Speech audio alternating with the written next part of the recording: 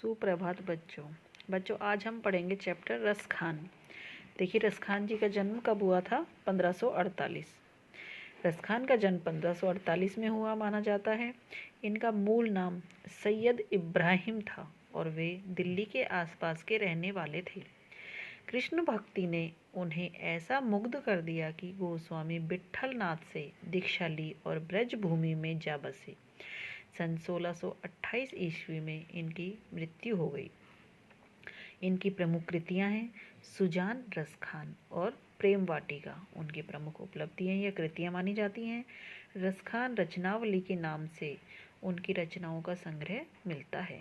प्रमुख कृष्ण भक्ति रसखान की अनुरक्ति न केवल कृष्ण के प्रति प्रकट हुई है बल्कि कृष्ण भूमि के प्रति भी उनका अनन्य अनुराग व्यक्त हुआ है। अनन्य यानी कि बहुत सारा अनुराग या प्रेम।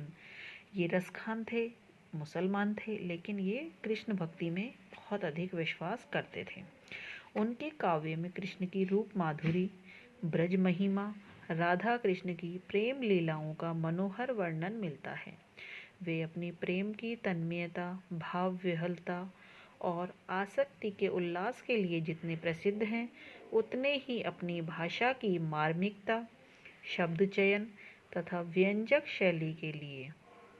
उनके यहाँ ब्रज भाषा का अत्यंत सरस और मनोरम प्रयोग मिलता है, जिसमें जरा भी शब्दाडंबर नहीं है, शब्दों का आडंबर नहीं है। यहाँ संकलित पहले और दूसरे सवैये में कृष्ण और कृष्ण भूमि के प्रति कवि का अनन्य समर्पण भाव व्यक्त हुआ है। तीसरे छंद में कृष्ण के रूप सौंदर्य के प्रति गोपियों की उस मुग्धता का चित्रण है जिसमें वे स्वयं कृष्ण का रूप धारण कर लेना चाहती हैं।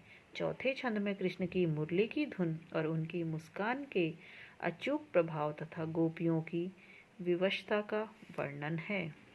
हाँ तो बच्चों, इन सवैयों में इनकी थोड़ी समरी देख लीजिए कि इन सवैयों में रसखान जी भगवान कृष्ण के माध्यम से क्या कहना चाहते हैं।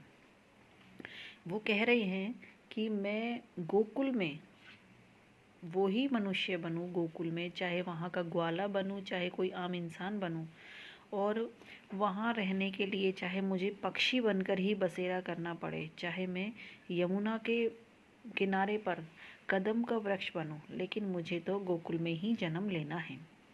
दूसरे सवैये में देखिए कि जो सुदामा हैं, कृष्ण भगवान के जो मित्र हैं, उनके बारे में कहा है कि जैसे वो लकुटी और कामरिया धारण करके आए थे, उसी रूप के कारण श्री कृष्ण भगवान अपने तीनों लोकों को, तीनों लोक के जो राजा थे, वो सब त्यागने को भी तैयार थे। तीसरे में देखिए कि राधा और कृष्ण का वर्णन किया गया है कि कृष्ण भगवान और राधा जी किस तरह से अपना रूप बदलते हैं। वो राधा जी वहाँ कृष्ण भगवान का रूप धारण करती है, मोर पखा सिर पर बांधती हैं और गले में पीताम्बर का वस्त्र धारण करती हैं, ऐसे स्वांग रचते हैं दोनों। तो इस तरह से सवैये के माध्यम से रसखान जी ने हमें कृष्ण और राधा जी का वर्णन बताया है। आगे हम इसको नेक्स्ट क्लास में आपको समझाएंगे। तब तक आप इसको ध्यान से पढ़िए। जो रसखान के जीवन परिचय है उसको आप ध्यान से पढ़िए, आपके हाफ ईयरली में आएंगे, और नेक्स्ट क्लास में फिर आपको सवैये का दोबारा से समझाएंगे। धन्यवाद।